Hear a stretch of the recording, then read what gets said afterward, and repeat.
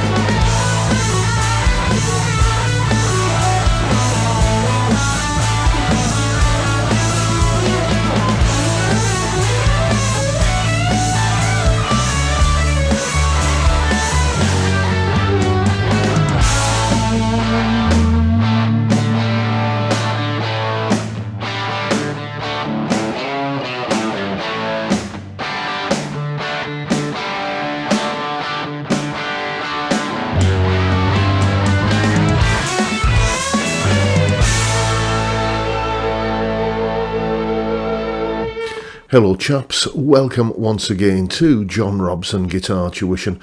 As always, I do hope you're well. That was my little demonstration of a particular sound that you'll find pretty much everywhere in classic rock in one form or another.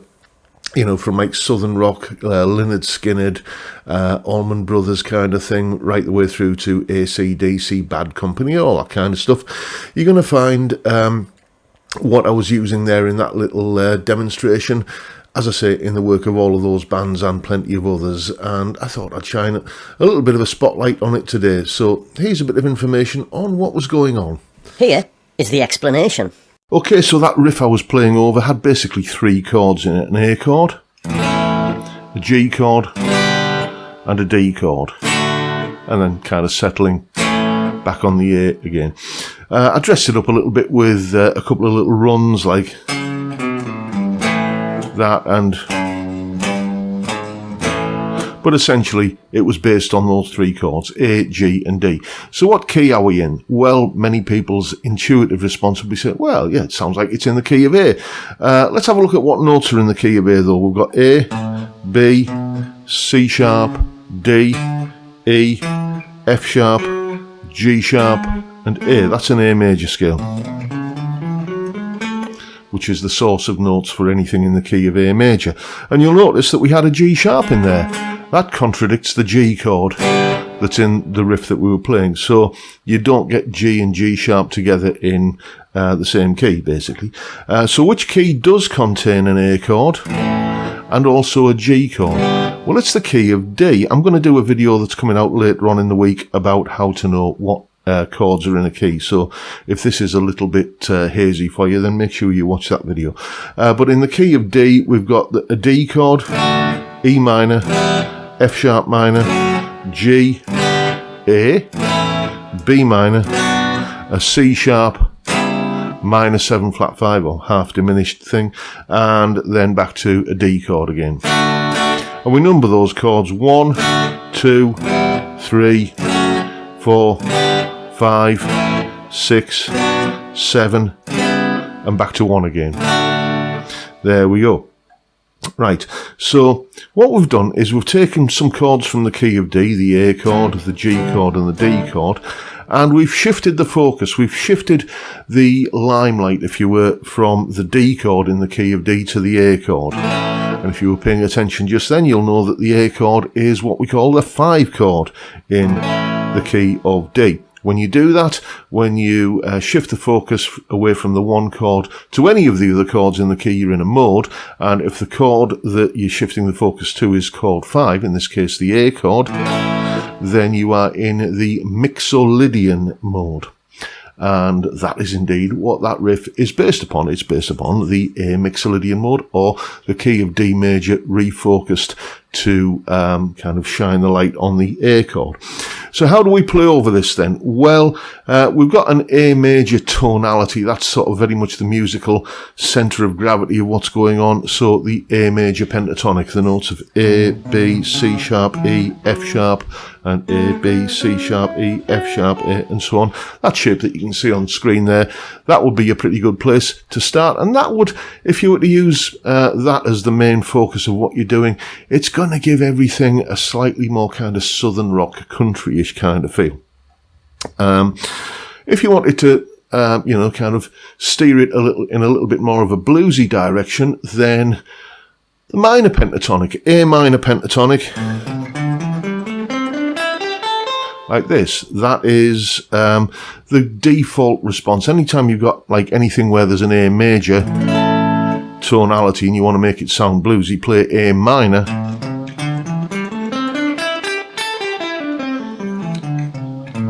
Pentatonic over the top of it, the notes of A, C, D, E and G, and that will deliver that bluesy kind of sound.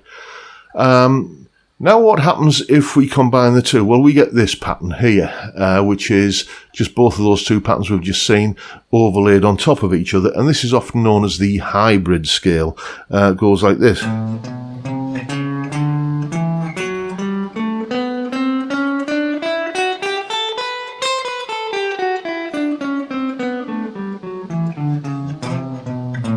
Which is a bit of a handful, frankly.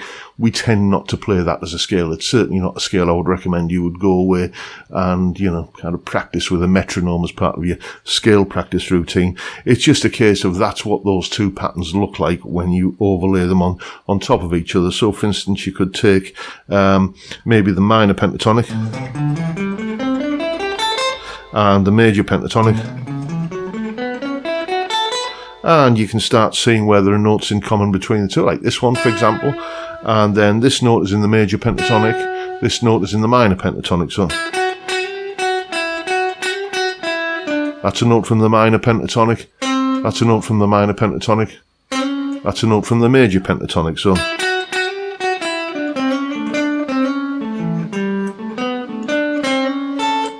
and you start getting that kind of bluesy, slightly more kind of sophisticated bluesy kind of sound, perhaps, of mixing the two scales. Where the fun really begins, though, is when you start to filter out some of those notes there. So, for instance, if I do that and take out some of those notes, we've now got the scale which is the one that's tailor-made to fit over this A Mixolydian chord sequence or riff. It's the A Mixolydian mode scale. A, B, C sharp, D, E, F sharp, G, A, B, C sharp, D.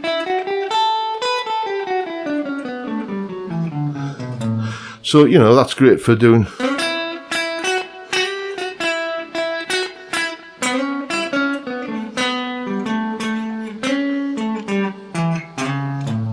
that kind of thing.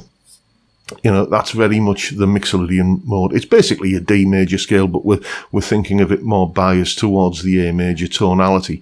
And if we think, we want that, we like that, but it's maybe not quite bluesy enough, but we don't want to just go straight to the minor pentatonic, then we can swap some of the notes to, from that hybrid scale that we had earlier, basically take out the C sharps and replace them with Cs, and we get the scale we were talking about last week, actually, the Dorian mode, A Dorian.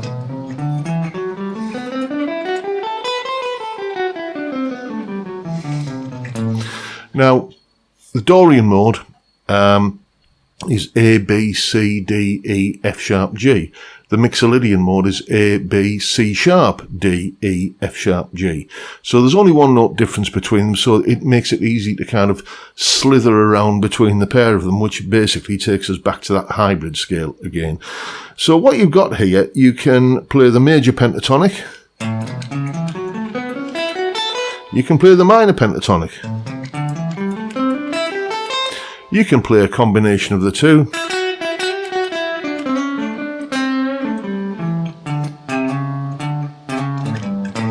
Or you can kind of settle on some of the notes from that combination of two and get the Dorian mode.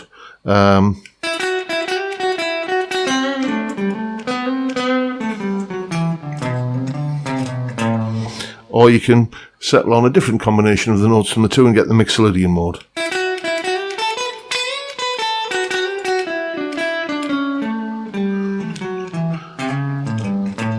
Like that.